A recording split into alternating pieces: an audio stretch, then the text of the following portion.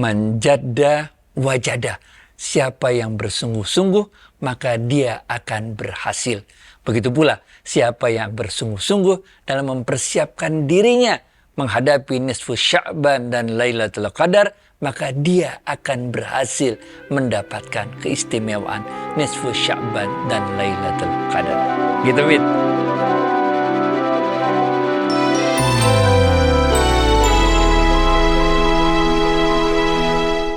Assalamualaikum warahmatullahi wabarakatuh, sahabat Smart Skill School. Semoga kita semua selalu dalam lindungan Allah Subhanahu wa Ta'ala. Amin. Sahabat, kali ini kita menjawab beberapa pertanyaan sahabat ya. Yuk langsung aja kita sapa Ustadz kita, Ustadz Adi Warman Azwar Karim. Ustadz, Assalamualaikum, apa kabar? Waalaikumsalam warahmatullahi wabarakatuh. Sehat, berkah, bahagia ya Allah, amin. Alhamdulillah, menarik nih Ustadz. Apakah bisa dijelaskan lebih lanjut mengenai man jada wajada ini Ustadz? Dan di episode lalu Ustadz mengatakan mengenai malam nisfu Sya'ban itu tanggalnya bisa kita ketahui. Namun malam Lailatul Qadar tanggalnya dirahasiakan. Kenapa itu Ustadz? Oke. Man jada wajada ini adalah ungkapan kita di sekolah-sekolah, di pondok, di mana-mana yang menunjukkan bahwa siapa yang mau bersungguh-sungguh, insya Allah dia akan berhasil mendapatkan apa yang diperjuangkan dengan kesungguh-sungguhannya itu. Ini sebetulnya diturunkan dari ayat Quran sebetulnya. Walladzina jahadu fina lanahdiyannahum subulana. Siapa yang bersungguh-sungguh berjalan di jalanku ini, kata Allah, maka akan aku berikan banyak jalan keluarnya, gitu. Nah, dari situ kemudian dirumuskanlah man jadda wajada ini. Siapa yang bersungguh-sungguh, maka dia akan berhasil.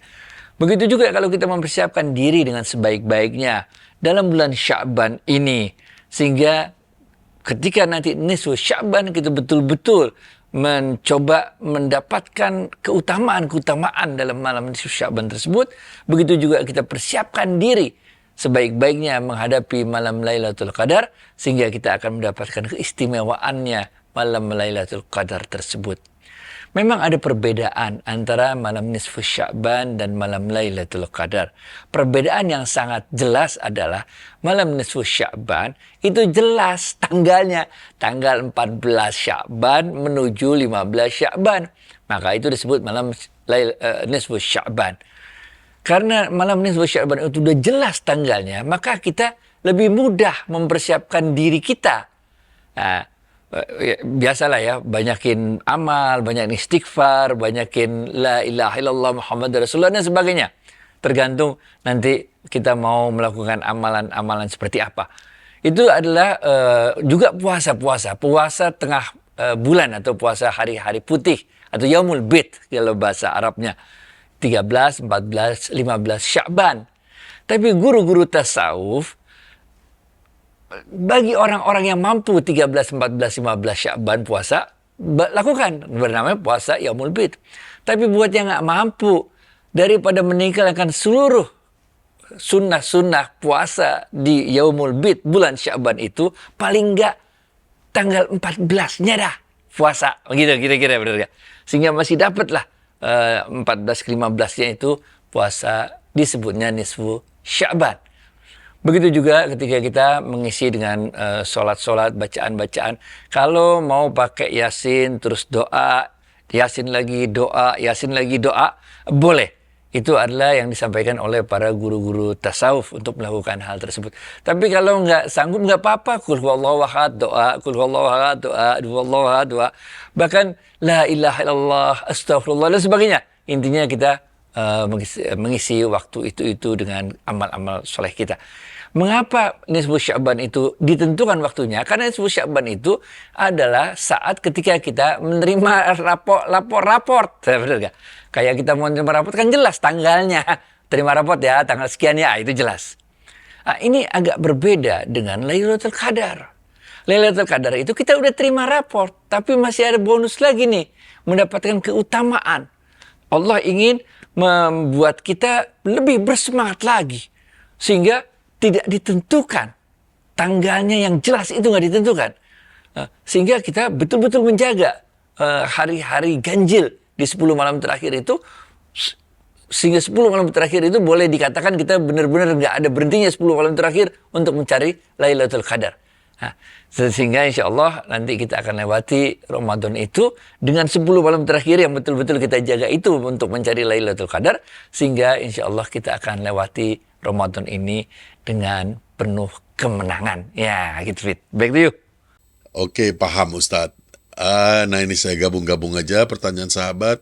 Sahabat menanyakan, apakah boleh pada malam nisfu Sya'ban ataukah ini sah-sah saja beliau melakukan berbagai salat dengan berbagai bacaan khusus, membaca Yasin beberapa kali dan surah lain, kemudian mengulang kembali salat dan kemudian sampai 3 kali dan seterusnya lah.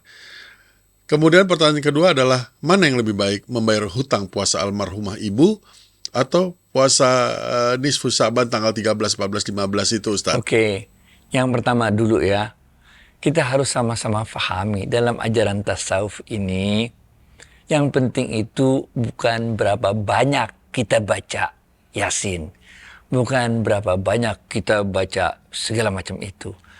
Karena amalan-amalan doa ini bukanlah amalan-amalan jasad. Nah, tapi kalau masih ingat waktu itu yang disampaikan oleh Ibnu Arabi, ini adalah amalan-amalan hati, amalan-amalan kolbu, amalan-amalan ruh.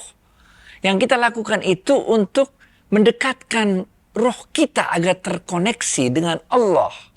Oleh karena itu, kita harus jalani malam nisfu Sya'ban itu dengan mendekatkan diri kepada Allah.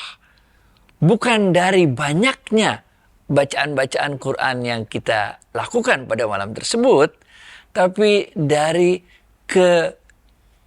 tapi bacaan-bacaan tersebut kita lakukan dengan levelnya bukan badaniyah, kalau masih ingat ya, bukan levelnya badaniyah, tapi levelnya kita coba tingkatkan kemudian pada level yang lebih tinggi, di mana roh kita, kolbu kita lah yang membaca Quran tersebut, yang membaca doa-doa tersebut, sehingga ada ruhnya bacaan-bacaan yang kita lakukan tersebut.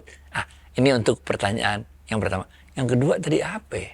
Yang kedua adalah mana yang lebih baik, membayar hutang puasa almarhumah ibu atau puasa sunnah 13, 14, 15 Sya'ban Ustadz? Oh iya, ya, oke. Ini pelan-pelan ya. Puasa Yaumul Bid 13, 14, 15 Sya'ban, kalau bisa tiga-tiganya bagus, 13, 14, 15. Kalau nggak bisa ya satu aja lah.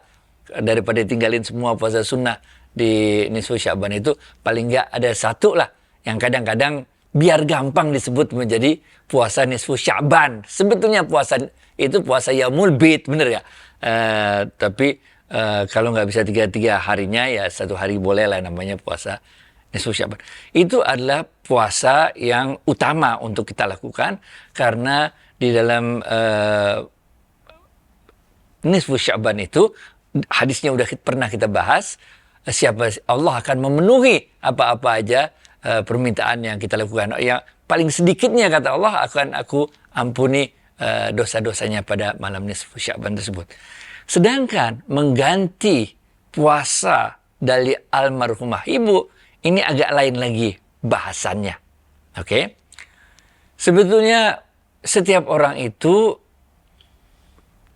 mempunyai kewajiban dan merupakan kewajiban orang tersebut kepada Allah. Jadi sebetulnya istilah mengganti puasa almarhumah ibu adalah ungkapan yang disederhanakan sebetulnya, oke? Karena wala waziratun wizra ukhra. Setiap orang itu tidak terbebani dengan kewajiban orang lain. Oke? Kecuali kalau kewajibannya sesama manusia. Makanya kalau ada orang meninggal dunia, apabila ada hutang piutang, silahkan tagih. Nah, itu kan. Itu karena kewajibannya antara sesama manusia. Tapi kalau sama Allah, enggak. Agak lain, benar enggak? Agak lain dia. Sehingga yang dimaksud dengan pertanyaan itu adalah sebetulnya kita melakukan suatu puasa sunnah yang pahalanya kita mintakan, kita niatkan untuk kita hadiahkan kepada ibu kita almarhumah. Ini gitu maksudnya. Sehingga tersampaikanlah puasa-puasa yang belum dilakukan oleh ibu kita. Kalau ibu kita itu berhalangan puasanya karena hal tertentu, maka caranya adalah membayarkan fidyah. Kita bayar fidyahnya selesai sebetulnya. Tapi kalau kita melakukan puasa untuk menggantikan puasa almarhumah ibu, itu maksudnya sebetulnya, ini karena penyederhanaan biar gampang aja sebetulnya, adalah maksudnya sebenarnya kita melakukan puasa. Yang dengan puasa itu kita panjatkan doa kepada Allah. Jadi amalan-amalan soleh itu seperti kendaraan. Kalau kita baca doa itu kita Al-Fatihah. Itu jadi kendaraannya tuh biar cepat nyampe doanya gitu. Begitu juga kalau kita sodakoh tuh. Nah, amal baik yang kita lakukan itu, amal-amal soleh yang kita lakukan itu adalah kendaraan dari doa kita. Supaya doanya cepat nyampe, kira-kira gitu. Begitu juga dengan puasa yang kita lakukan. Nah, ini merupakan kendaraan agar doa kita kepada almarhumah ibu cepat nyampainya. Gitu, Fit. Nah, boleh saya tanya lebih lanjut, Ustadz. Apakah hal yang sama juga terjadi ketika misalnya saya ingin menghajikan ayah saya yang sudah tiada itu? Gitu gimana, Ustadz? Nah, ini ada dua kalau soal haji dan umroh ya. Ini yang kita sebut dengan badal haji. Apabila orang tua kita itu memang sudah niat mau haji, itu. Dia udah niat mau haji, tapi tidak kesampaian haji. Maka kita lakukan badal haji. Benar gak? Yang pertama. Atau dia udah pengen umroh, tapi sedemikian rupa tahu-tahu nggak meninggal dunia atau apa-apa sebelum dapat tersampaikan umrohnya itu, maka kita lakukan badal umroh. Nah, itu yang pertama. Yang kedua adalah, ini sebetulnya hajinya udah, bener ya? Umrohnya udah. Tapi kita ingin melakukan lagi umroh yang pahalanya itu kita niatkan untuk almarhumah orang tua kita. Ini jadi kendaraan lagi, sama kayak tadi. Amal soleh yang kita lakukan itu adalah kendaraan untuk membawa doa kita agar lebih cepat sampainya, kira-kira gitu, kepada orang tua kita. Ini kalau ini dalilnya jelas sekali, ini sahih. Semua amal soleh yang dilakukan oleh anak itu akan sampai juga pahalanya kepada almarhumah orang tua kita. Gitu, Fit. Nah, Ustadz, ini ada yang minta bagaimana supaya hati jadi ringan. Beliau sudah kerja keras sampai umur 50 tahun tapi belum punya apa-apa katanya. Masya Allah. Udah, la in syakartum la azidannakum. Syukurin aja selama 50 tahun kita masih bisa terus bertahan hidup. Nah, itu benar ya. Syukurin aja bahwa selama 50 tahun kita menjalani hidup sebagai orang baik. Syukurin aja selama 50 tahun kita masih bisa ngontrak rumah. Gitu. Rezeki udah ditakar nggak bakal ketukar. Itu rumus pertama nih dalam ilmu tasawuf nih. Rezeki udah ditakar nggak bakal ketukar. Rumus kedua dalam ilmu tasawuf, bener nggak?